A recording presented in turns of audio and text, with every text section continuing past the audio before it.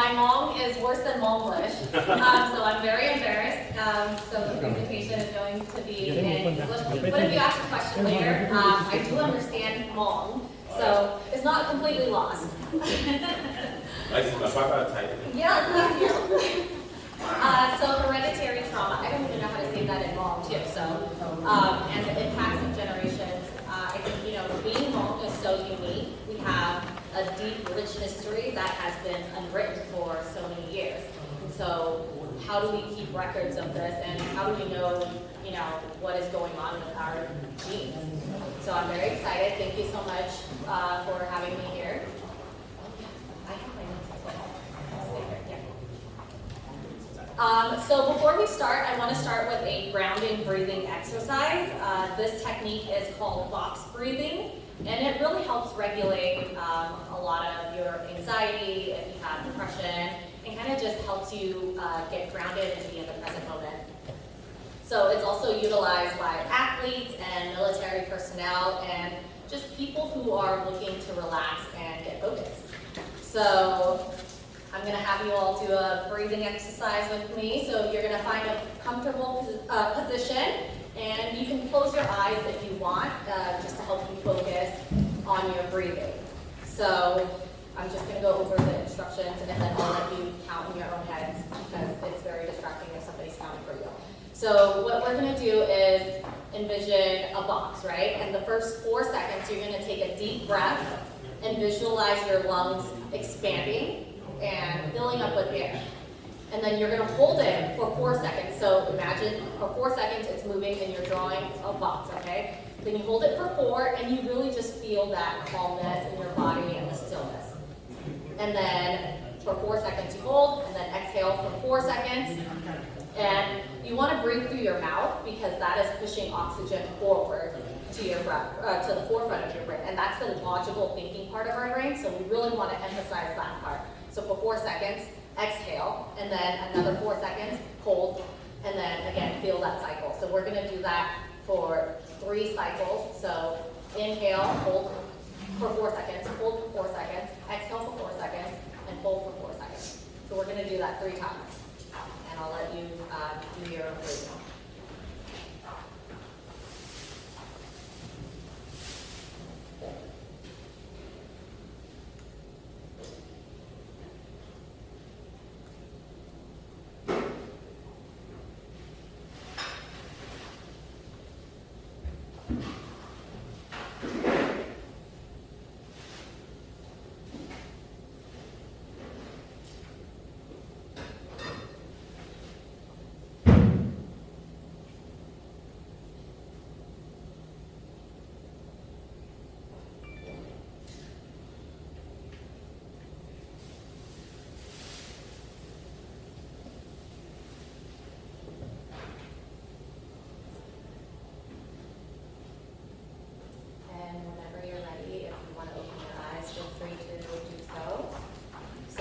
I really like box breathing when I'm anxious, and I do a lot of box breathing when I'm going to present or speak.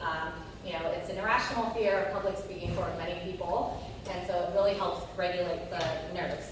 And it's also a good regulator for high blood pressure, which is very common in the Hmong community. So if you have people that you know with high blood pressure, encourage them to breathe, and that also allows your blood to circulate and push oxygen through your veins throughout your body. So very good for your body, and it's free, right? So thank you all for joining me on that exercise. And a little introduction about me. Hmong American. I was born in Merced, California. My family decided to move here to Minnesota 2020 during the pandemic, and it has been amazing. I have 6 siblings, so I am the 4th, 3 boys, 3 girls, and we grew up in a very shaman household. My parents, my grandparents, we all did the shaman rituals. I remember my parents taught me how to hold the chicken, kill it, and clean it and everything. So I don't look like I know how to gut a chicken, but I promise I do. And my mom is always asking me to help her. So definitely grew up in that type of household, washing dishes, doing chores. And so that's my belief. But then I also lived around white neighbors who brought us to church events during Christmas, Thanksgiving, Easter, and so we were also introduced to Christianity. And then later in my life, when I was living in San Francisco, I stumbled upon Buddhism.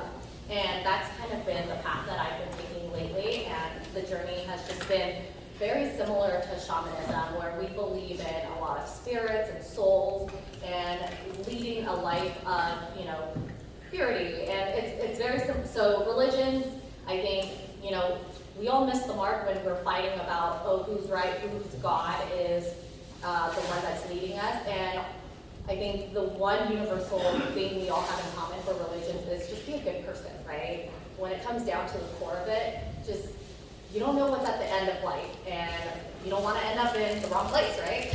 So that's my background on my beliefs. And then I am also a graduate therapy student, so I'm still learning. And so hereditary trauma is something that I randomly stumbled upon when I was going through my own therapy and unfolding my journey and learning about how trauma is passed through our body, and we pass it on to our genes, or to our kids. So today, I want to talk about trauma and the body, and you can't really talk about trauma without talking about the body, because there is scientific facts and research that shows that your body carries trauma and you pass it down. So when we talk about trauma, we're talking about a very powerful emotion or a physical experience that leaves a very lasting impression on people. So the mind and body are closely connected, and that means that what affects one affects the other. And a lot of times, we don't think that, a physical injury is going to cause a mental impression on us. But if you think about it, let's say somebody cuts their leg, right? If you think about that cut, you can still feel that pain, even though that cut is no longer there. So it's closely interconnected, even though we don't really see that all the time. So these are just, examples of physical symptoms of untreated trauma. Chronic pain. I don't know about you, but my dad constantly complains about pain everywhere throughout his body. Every day he's in pain somewhere. And, that's caused by stiffness in the neck, your back, and that's also sometimes trauma, as we uncover more, trauma that has been unresolved. And then digestive issues. I know plenty of other Hmong folks who have stomach ulcers, and it's not just because you eat spicy food, right? It's because of other things that manifested throughout your life, such as untreated anxiety, depression, bipolar disorder, schizophrenia, and it leads to all these other physical ailments. There's also cardiovascular problems, so with the heart, high blood pressure, again, that's something where our body is not balanced, right? And so we have to regulate it somehow. And then weakened immune system. So also, when you're not mentally well, in Hmong shaman culture, we believe that your soul is lost, right? If you're if you're sick or weak, and in therapy, it's basically your body is carrying some kind of mental or emotional fatigue. So understanding the mind-body connection helps us see that healing is not just about one aspect of ourselves, but about treating the whole person, so their mind and body together. In therapy, this is called a somatic experience, so feeling your body and connecting it with your thoughts. So what is the mind-body connection? This is the way our thoughts, our feelings, our emotions can influence our physical health, and vice versa. For example, when you're nervous or stressed, you might notice that your heart beats faster or your muscles tense up. And this is your mind and body interacting. So, you could think of a time when you were nervous, right? What was happening? You're probably sweating and you feel heat throughout your body, right? And you're shaky, your body, and it's very hard to control. So trauma can disrupt the natural balance between the mind and body.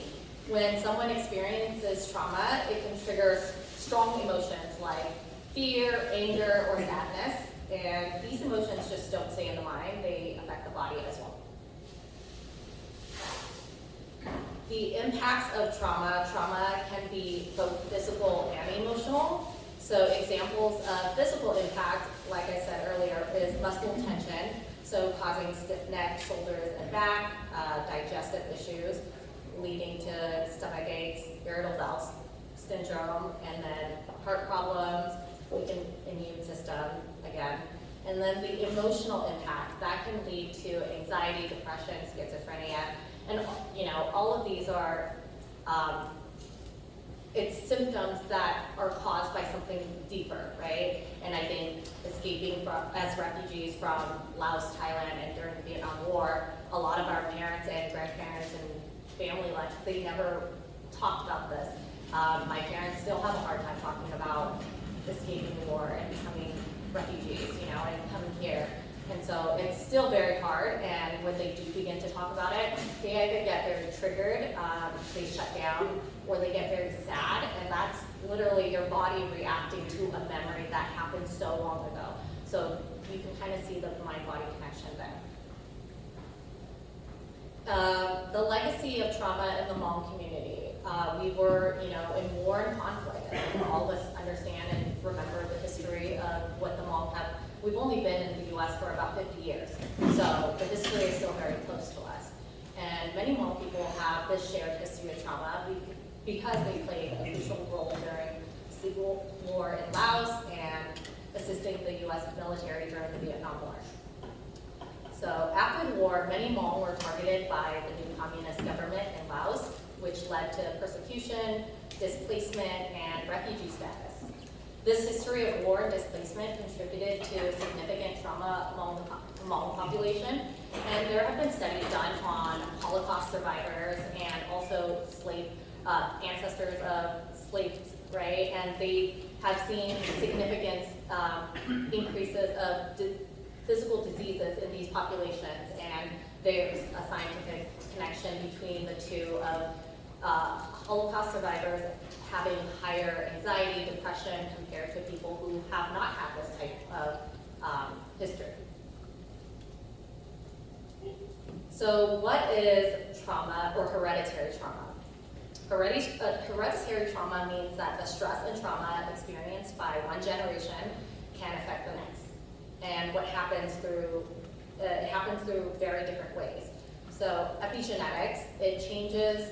An example is like a light switch for your genes, right? So if you imagine your genes, they're like a big instruction book that tells your body how to work, what to do, and what colors your eyes should be, your hair, how tall you are, and all of that is carried in our DNA. In epigenetics, it's the sticky note that you put on the instruction book to remind you which parts to read or skip. And so when something happens to you, like you're very stressed out, or you have a lot of depression or sadness in your body, and you don't deal with it or acknowledge it and allow it to work through, it turns into, it's like adding or removing a sticky note. So it's like if you were reading your book and you say, I'm going to come back to this, that's kind of what your genes are saying. And so when you're stressed or you're anxious, it skips over that and it's like, I don't need to do this right now, I'm going to remove that. Like, that's not important. Your body is trying to work as efficiently as it can to keep you alive. And that's its sole purpose, right? Our body is there to give us function and life, and that's exactly what our brain does as well. So even though you have the same book, the way it's read is going to change depending on your environment and what is happening to you at the time. So you can only imagine during high stress time of war, our bodies are literally functioning to survive. It needs food, water, and it needs to sleep, and that's all it's thinking about, right, if you're trying to escape war. And that's a big reason why scientists study epigenetics. They want to understand the things we go through and how they affect our health and even the health of future generations. In terms of behavioral transmission, this is more of how you raise your kids, right? And so my parents, they believe in spanking their kids and also yelling at us, right? And so I grew up with parents who loved us so much that they wanted to keep us away from harm, and it makes sense. And so their solution was to yell at us if we were to get into any kind of danger.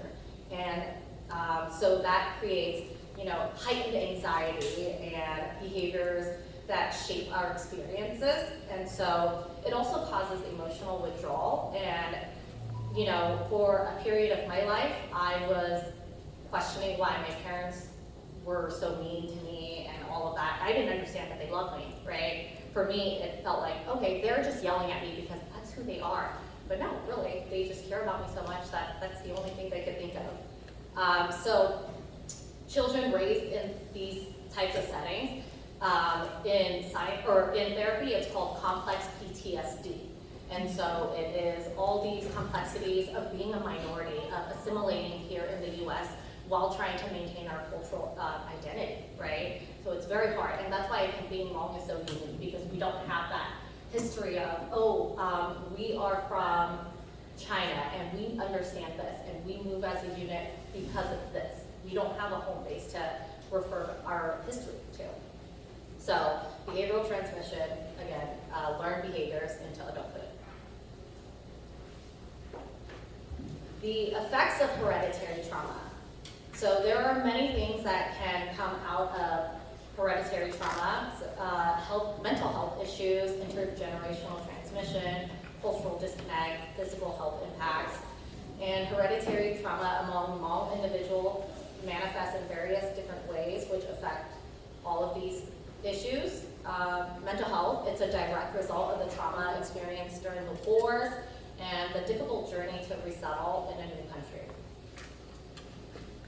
Intergenerational transmission, it's an example of this would be parents who have untreated trauma. I was talking to my dad earlier, and my grandfather committed suicide in Laos. And so to me, that's an indicator of depression, right? And I want to understand, and I can see it in my dad as well. So if you have ever been irritable, that's also a sign. I'm not diagnosing anyone, but irritability is also a symptom of depression. And before, I used to think I was just a very angry person, or I was annoyed at everyone. But it turns out I got diagnosed with depression, and it makes a lot of sense now. And so when I am irritable, I just have to remind myself, like, it's okay, these people are not annoying, it's me. The problem is me. So I have to acknowledge that.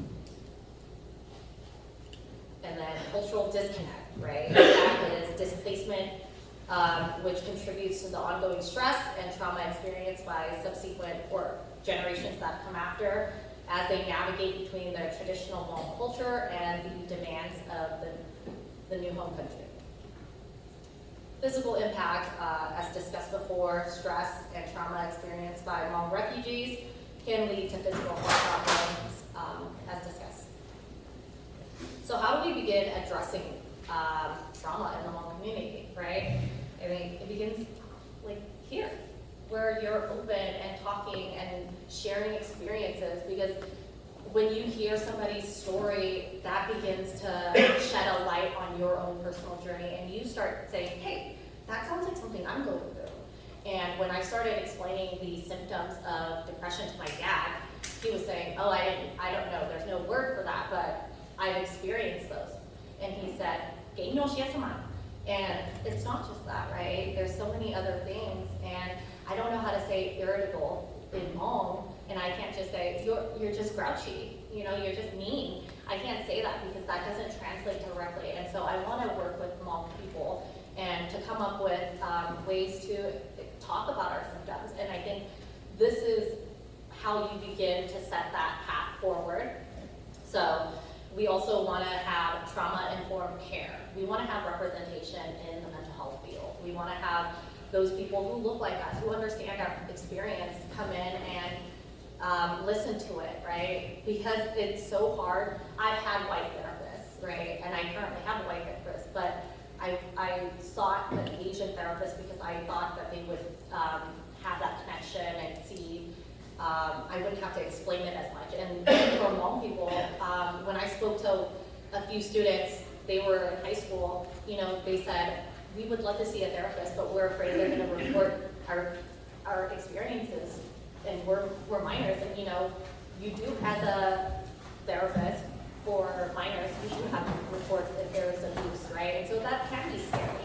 And so having somebody who looks like you with that shared experience is very crucial. So if you are pursuing therapy, or you want to, or you're thinking about it, or even any sort of healing modalities, I say go for it. So, and then also cultural preservation. I love being Hmong. Even though my Hmong is not the best, I am so, I guess I would say patriotic of being Hmong. Everywhere I go, I love telling people who Hmong people are. I love educating them about our history, and it's so unique because people, if you go outside of Minnesota, people always ask, what is Hmong? What are you, like Mongolian? And then it turns into this whole conversation, and they get to know not just you, but your people, and they have a better understanding. And I think that's where the cultural competence comes in. And a little bit of personal history. So I got to go visit Cat Cat Village in Sapa, and it is beautiful. I highly recommend it if you have the opportunity ever. I've never been to Laos, and I was born in the US, so going here felt like I was able to be taken back into time and see how Hmong people live, right? And they still do the rice paddies, and my friends, they're Vietnamese, so they took me here, I didn't even know.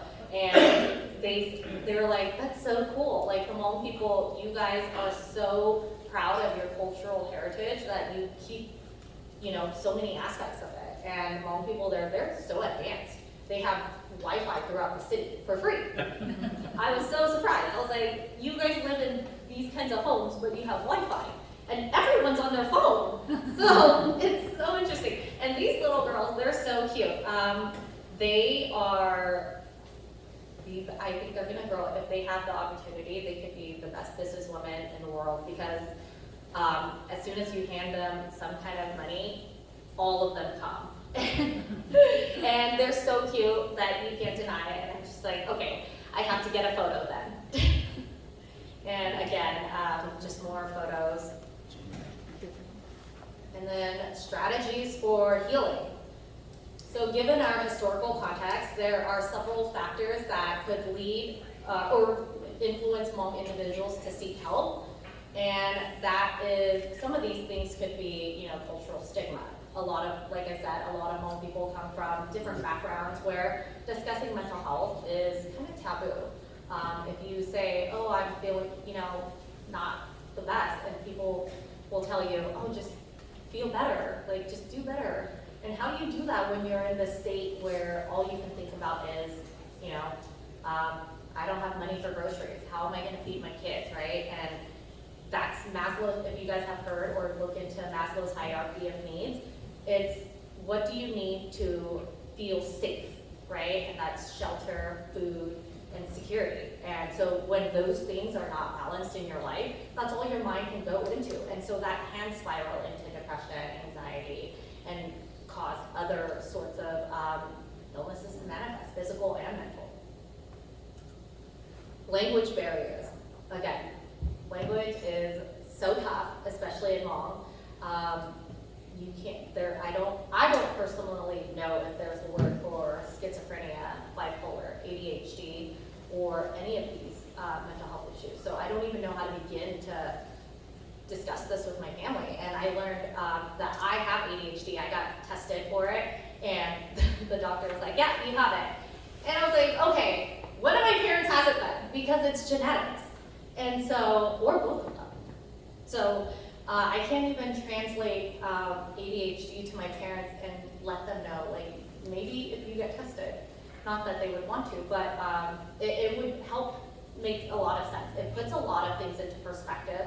And for a long time, I thought I was just a big procrastinator. I thought I was just somebody who drops the ball a lot on everything. And it turns out I just needed to understand how my brain works so I can put systems in place to show up for myself and be better.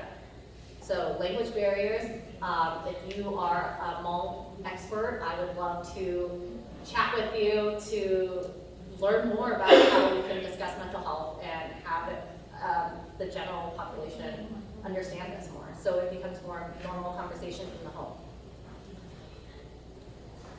Despite these challenges, there are efforts to increase representation and cultural competence in mental health services for Hmong communities. So again, advocating for mental health services and healing, right? I said Buddhism is a big part of my life, and that is also something that's healing. And I've learned that through non-Hmong teachers. So we want to break this cycle of trauma and its impact on the body and mind. So understanding the mind-body connection is the first step to breaking these cycles. So when you're feeling nervous or anxious, again, maybe try that box breathing, right? Just to help relax. And it doesn't take long. You don't have to sit there for 30 minutes. You don't have to let your mind just blank out, because if you have a blank mind, that means you're pretty much dead. Your brain is literally set to have thoughts. That's what it does. And so some of these things, therapy, mindfulness, and meditation. Again, that's not sitting there and thinking Om. It's more about being fully present in the moment and feeling your body sensation. So get back to that, how your body felt when you were stopped breathing, right? That stillness. And then how does it feel when you're breathing in all that oxygen? And how does it feel when you're breathing it out? And then a healthy lifestyle. That's not just eating well, right? But that's exercising. And exercising can look different for everybody. We all have different bodies that have different needs. So going out for 30 minutes minimum of movement is very healthy for your body. And you want to be able to keep that up, because who wants to be aching when they're 60, right? And you can't play with your grandkids. My parents constantly talk about that. And then social support. I think that's very important to build community around people you can trust and feel safe, because when you start opening up, it's very scary, right? And if it's embarrassing sometimes if it's not a normal thing, right? How do you tell somebody, oh, I have depression? Then they start judging you, or they feel sorry for you, and you just want people to accept you for who you are. Because despite having ADHD, depression, and anxiety, I still am who I am. And I just know who I am now because of all that. And it's been an eye-opener. So in conclusion, currently there are plenty of scientific and evidence research suggesting that trauma's impact extends beyond the individual. So it affects our entire family and our community through both biological and behavioral pathways. So to address these effects, a comprehensive approach is needed. And so again, I want you to be trauma informed. Start, if you are comfortable with it, start talking about it. Maybe share your experience, right? And cultural reconnection. I think it's so amazing that I grew up shaman, and I still believe in it. And it's when I share a piece of that with my white colleagues or friends, they're so intrigued. They're like, "Do you see spirits?" Like, no, I don't. But I know plenty of people. I had a grandma who was Hmong, and she did amazing. And my family would always invite her over, and we treated her with so much respect, and everyone adored her. And then community support. Again, just tapping into that community aspect of, hey, we're all Hmong, so we have that in common. And I think the Hmong are so unique because we love each other so much. In the grand scheme of things, right? We have so much love for each other, and when something happens to our community, I think it impacts all of us, because we still have that collective mindset. And that is it.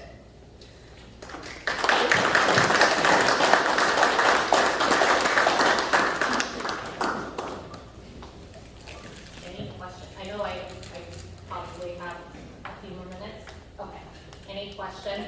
And I understand Hmong. I'm embarrassed to speak in Hmong because it's not amazing. So.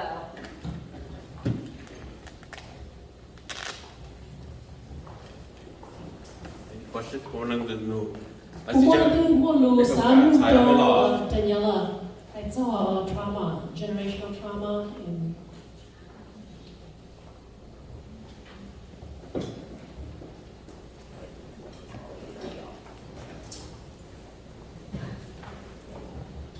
I really appreciate your presentation on generational trauma, because I believe it is something that's very notable in the community, right?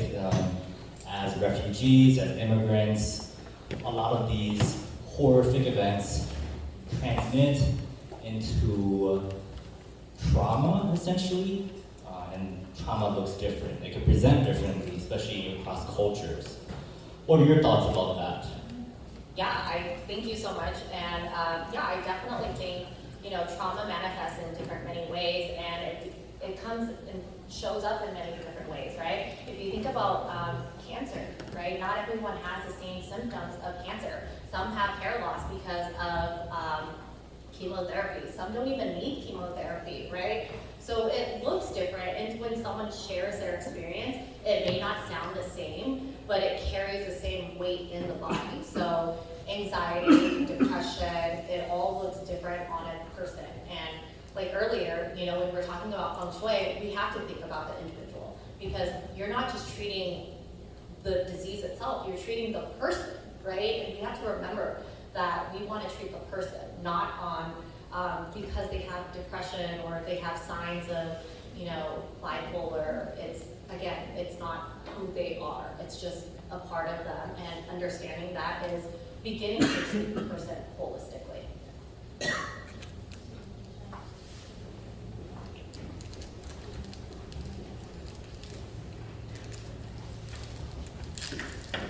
Hi, I love everything you were saying. So, do you have anyone that you would recommend, like if someone would like to get tested for ADHD or something like that, who is culturally informed?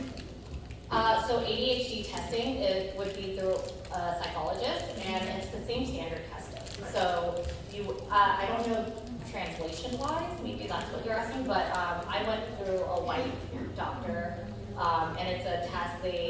It's very formal, so it's based on numbers, and it's going to give you like, okay, you scored this much, and so this is the type of ADHD you have.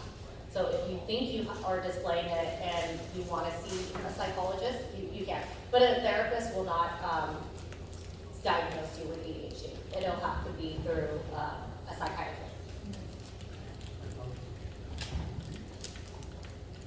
All right, any more questions? Thank you, Simon. I'm going to say, I always have a question.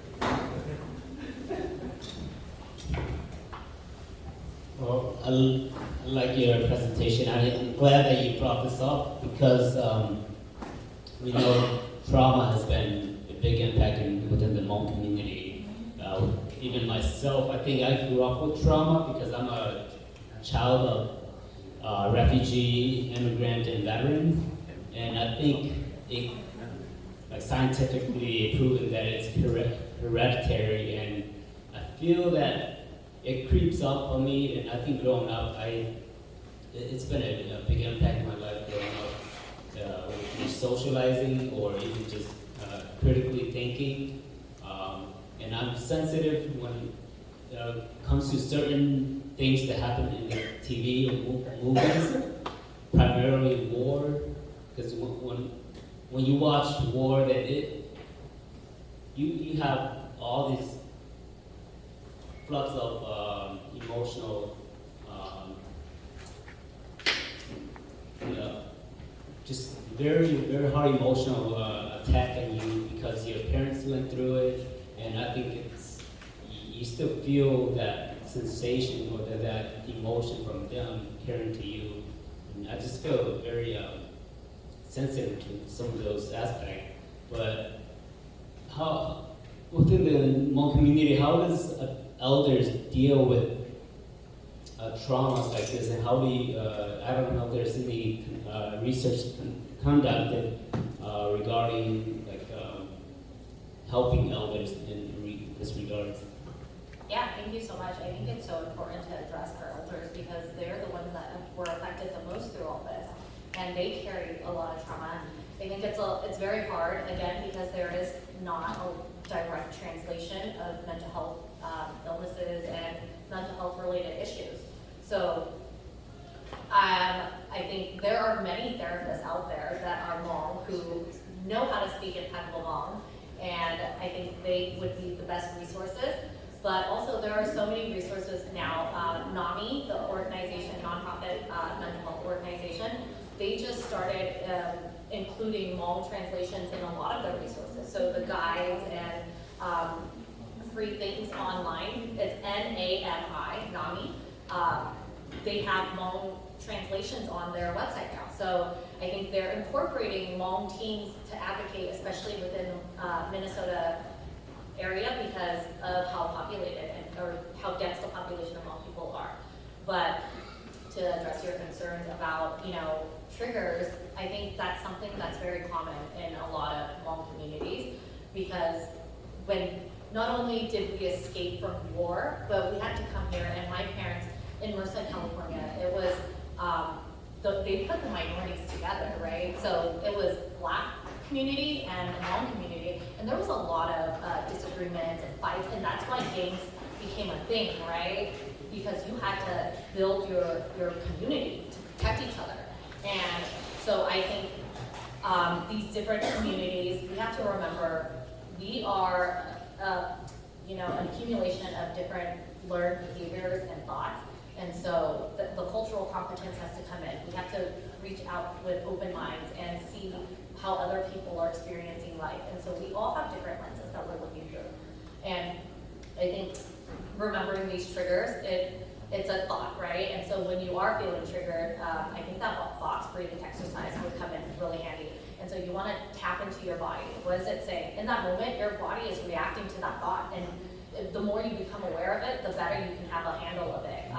So next time, take a closer look at the sensation that's coming up. If war movies trigger you, what is your body telling you? Is it feeling heated? So maybe that can be your body reacting anxiously.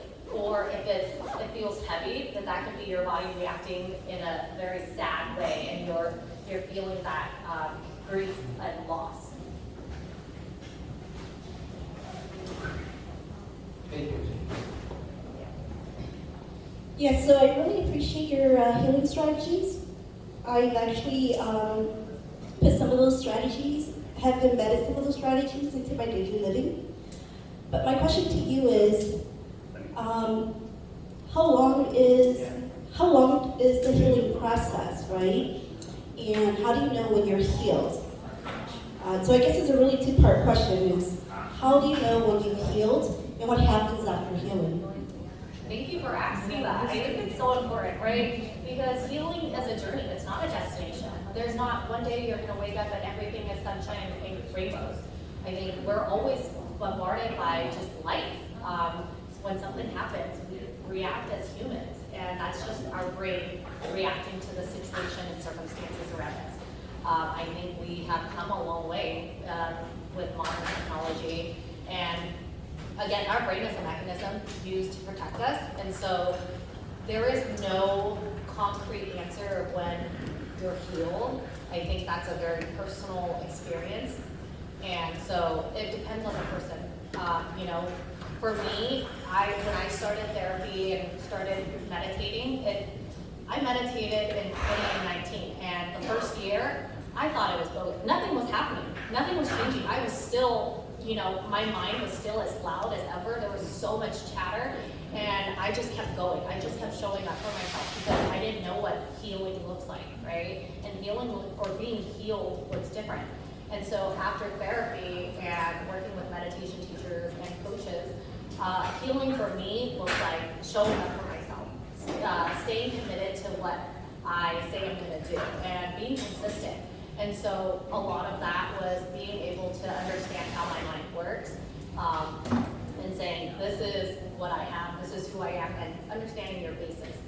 So for me, again, depression, anxiety, ADHD, how do I incorporate those things and understandings into my life so I can have a better grasp? And before I used to be so disorganized, I probably would have, if this was last year, I probably would have just not showed up because of how unorganized I was. And now, because I've been showing up for myself, staying consistent, and understanding, that's the core part of it. So the educational part, being aware is really the first step to saying, okay, this is my baseline, and I'm going to start from here. and then just committing to that healing journey. Because again, it's not a destination. You're gonna be uncovering different things throughout your life as you move on through different chapters, right? If you're staying stagnant, that's also something that you're gonna mentally have to fight. Did I answer your question? I know it's. You know, I've been really struggling with healing, right? And for me, I don't know about everybody else, but healing is a process to be healed, right? That's the process, it's a returning process. And from what I understand of the body, it's a natural process. You know, it's something that it kicks in and you do it yourself. But you know, when I think about trauma is an experience that can be horrifying, devastating. And in the mind, it's like what happens is like a body part has flowered or cut up. There's no healing to that. The body part doesn't grow back, right? So I think that's been my struggle is then how do you come to understanding that that part no longer exists? And then how do you move on with living without that part? Does that make sense? Yes, that does. And, you know, through training and education, I've learned that acceptance is a big part of it. I know, like you said, you can't grow back that arm, right? So the first step for this part would be, and in therapy, it's called acceptance therapy, right? And you start working on it, and how do you maneuver these new challenges? How do you have a life without this arm, right? It's not something that you ever thought that would happen to you, but you have this as a part of your life, and sometimes it becomes a thought. And as long as it's not a ruminating thought where it debilitates you and you can't get up, you know, I think it's a learning process. You get up and it's a new day. So how do you begin to accept that? And that comes in different forms, right? Acceptance one day can be allowing yourself to rest all day because that's what your body needs. And again, listening to your body. Sometimes I feel like I'm going through a challenging period in my life and I just allow myself to be instead of judging myself like, oh, look at you, you don't have that arm and now you're useless, right? Because that doesn't help us. And so accepting and then finding that thought and reframing those thoughts of, okay, you're one-armed person now. Like, no, you have one arm left, right? And so you can start, and again, working with a therapist, a coach, or a teacher is really crucial to this because you want that guidance, you want that support, that understanding. Thank you. Thank you. Trong sáng chỉ có thế từ nhà loa có khó thảo bệnh là cũng vậy là thảo bệnh cái rong cái gọi in the work that I do, I have the experience to bảo hệ thì cái mong nếu mà cho tấm lòng đi có hay có especially nhớ trong đời trẻ young kid là một trò kia trò chọn lầu đó chỉ nhớ được cái community mà chỉ mà trở là rúa đi này nè thì lúc nào cũng vậy lúc rồi sống và cũng thọ chỉ có thể thọ bỏ hệ thì for you actually looking through your lens and see that it does affect you very severely and that you have worked in many ways to help out. And so I appreciate you have cái còn đây nó nói which có cái này community nói chắc chỉ có community chỉ mua therapist, chỉ mua cho doctor và specialist trong sát đời thế nào. So it's a very struggling thing for the young folks and the old folks and hôm nay đấy kho và buổi sáng đấy để tổng đây nó sáng có cái cho mình chúng mình thấy này cho rồi cái này dạng đồng mình dive into cho cái mình nuôi nó chỉ còn thì báo là vì hệ tiêu đi tụi cho tụi mình lột ta hay là như chỉ báo yêu đi cho nó dạng cho có hệ tiêu ADHD thế ADD thế cho đời làm như thế cho issue nếu mà chỉ ở lifelong là thế nào. So developing adaptation to what you or we have is one way to do it. And how do we develop adaptation when we don't even know what skills are out there for us to learn? So I appreciate it and have the privilege to hear it today. That's very overwhelming for me to listen to what you say today, and it's just something that hit me too, because we feel our community are having quite a lot of issues with that. And thank you.